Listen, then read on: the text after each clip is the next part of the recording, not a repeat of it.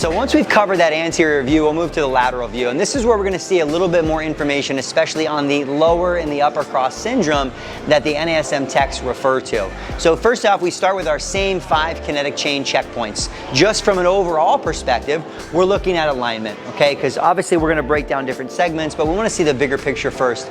So just like we talked about that straight line from the front side, in a perfect world, there would be this string hanging from the ceiling. And that string or that line would go directly almost through the jaw line, the shoulder, the hip, the knee, and what we call this malleolus of the ankle. Okay, so for one, we're just looking to see, is there any big discrepancy somewhere in that optimal alignment? And you guys can see from your angle, we look pretty good here with Jess, but that's just gonna give you the bigger picture, and then we can look at each piece individually. So foot in the ankle, for the most part, we're just looking at, do we see? Because again, we can't see much as far as what's going on with the front side. We saw that in the anterior view, but more so, is there a relative 90-degree angle here from the foot to the shin bone? I mean, that just may be more so where people naturally distribute their weight. This is one that I find not to be as common for people to see anything that's really gonna stick out to you. But that would be our first place, looking at the foot and the ankle. Then knee.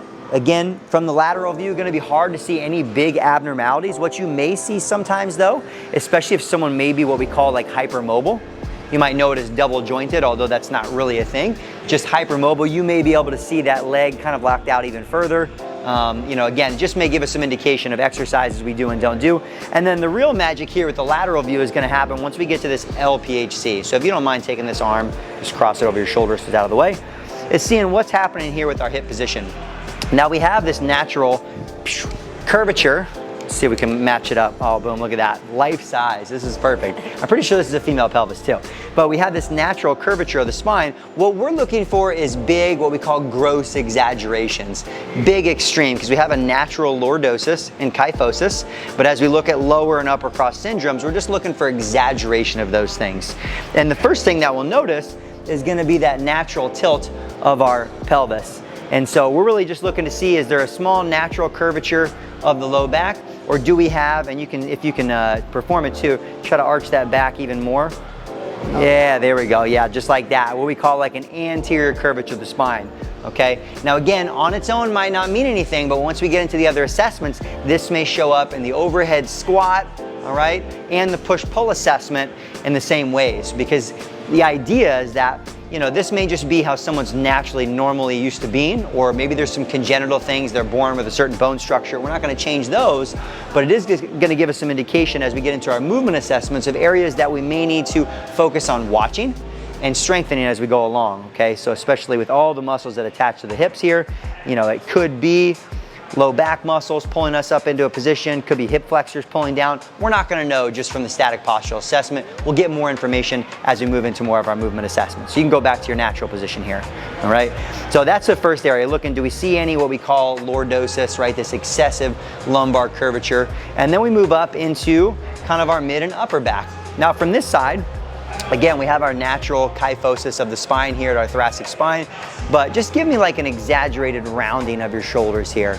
Okay, as we try to make more extreme versions of what we're looking for, we're trying to look and see, do we have any big over-exaggerated curvature of this T-spine, as well as position of the shoulders. So you can stand back up for me. This is just gonna give us some good indication. First, like we talked about from the anterior, we may have seen some rotation of the arms here. And then on the front side, what we're looking for is, are the shoulders rounded out? Do we have this protraction of the shoulder blade? And when it comes to the details of our upper cross and our lower cross syndrome, again, we have other videos that break those down more specifically, the muscles that might be overactive and underactive. But static postural, we're just looking for it. Because this is another great example where if I find someone who's pretty rounded here, shoulders are forward, well, even doing so, Jess, as you kind of round those shoulders forward, try to take your left arm and just bring it up overhead. Yeah, just straight up overhead. Yeah, and bring it back down. So this is why this matters, or this is how we can use a static postural assessment. If we see a lot of that here, well, right away I can tell you for someone who's got that big T-spine, rounding, and shoulder, it's gonna be hard for them to get in a good overhead position. So that's kind of the practical application of what do we do with this information? Well, we'll kind of do some shoulder assessments afterwards to see if there's anything going on here as well. And then the last thing that we really see from this lateral portion is just position of the head and neck. So if we kind of push the head out a little bit, do we see that little like text neck, right? Like a little turtle head poking out? You know, oftentimes we live in a society that is very anterior dominant, right? A lot of people are working at computers, heads, and cell phones. So this just may also relate to a lot of like tension in the neck and shoulders. And that would even be a question that I would ask somebody if I see that, is like, hey, do you ever get any like neck or shoulder issues, any tension headaches? Because oftentimes it can be overactivity in some of these muscles like our levator scapulae, our sternocleidomastoid, all those things that may relate to it as well. So overall, looking from the anterior side, we get a better lateral view here of what's going on at our LPHC, especially coming up into the T-spine and also the head.